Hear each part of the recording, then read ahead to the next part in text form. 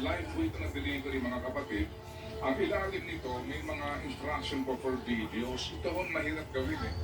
Sa totoo lang po, para sa mga nanonood sa television, kita mo ninyo pag sinabi natin na yung informasyon ay hango sa ganito pong aklat na andun po yung mga provision dito. So mahirap po ito maitawid, pero amin ko na itawid sa tulong At sa mga hindi nakakapanood ng editors at production staff sa programang ito. sa mga hindi nakakapanood ng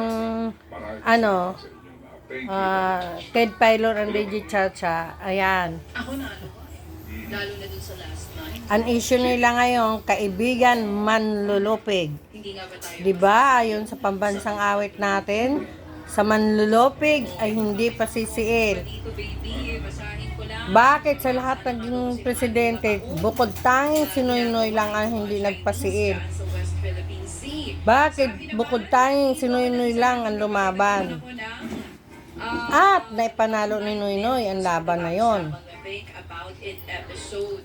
Kaya atin ang jurisdiction na yan. Wala kasing unity ang Atin yan. Wala nang silbi yung pag-aangkin ng China. Simula nang hindi pa ako sinisilang. Simula pa ng kanununuan natin. may unity at matibay Inari na nila yan. ang mga Pilipino. Sa daming naging presidente, bukod tanging si Noynoy lang China from ang lumaban. Kaya ngayon, legal na atin ang jurisdiction. Hindi basta angkin lamang. Thank you po sa inyo, mga salamat na marami. And of course, kay Nanay Christy Carmin, salamat din po na marami. Kuya Al Mendoza, sa lahat po ng mga kapatid natin at kapamilya na ngayon po nakikinig po sa ating programa at naghilig po ang ating episode and think about it. Alright, 9:38, kami po may panakuhin sa studio. At Ayan. ating usapan lang po ito para hindi po maintindihan kung paano ba makakapanood ng mga laro sa FIBA pamagitan po ng Sa ating ngayon, television sa ating isip-isip din tayo kung paano tayo makatulong. Sana i-share nyo ito, like, share, i-follow nyo ako.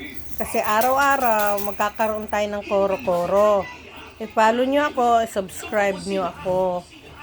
Para araw-araw may koro-koro tayo sa kung ano ang nangyayari sa bansa natin, sa ating bayan, sa ating mga kababayan. Kailangan natin magtulungan kasi tayo ay hiwa-hiwalay, pulo-pulo tayo eh. Pulo-pulo. At marami din tayo sa iba't ibang bansa. Nakakalungkot, ano? Ang pambansang awit natin, tinatalakay talaga yung sa manlulupig, di pa sisiin.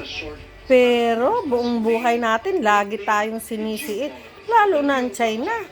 Biro mo, karagatan natin, hindi tayo pwedeng mangisda. Sila mangingisda, tayo magi-import ng isda na galing sa atin. Oh, sa tingin nyo, tama ba yon? Ini-import natin ang sarili nating isda kasi sila ang nanghuhuli. Tapos ang mangingisda natin, bawal manghuli. Maliliit na nga ang bangkang gamit sa pangisda. Bawal pa manghuli. Ang fishing boat ng China, ang lalaki. Anong laban ng bangka sa malaking fishing boat? Diba wala? For now, dito lang muna dito na ako. Paalam na.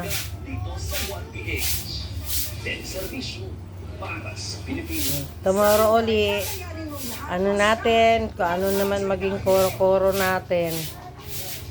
Bye-bye.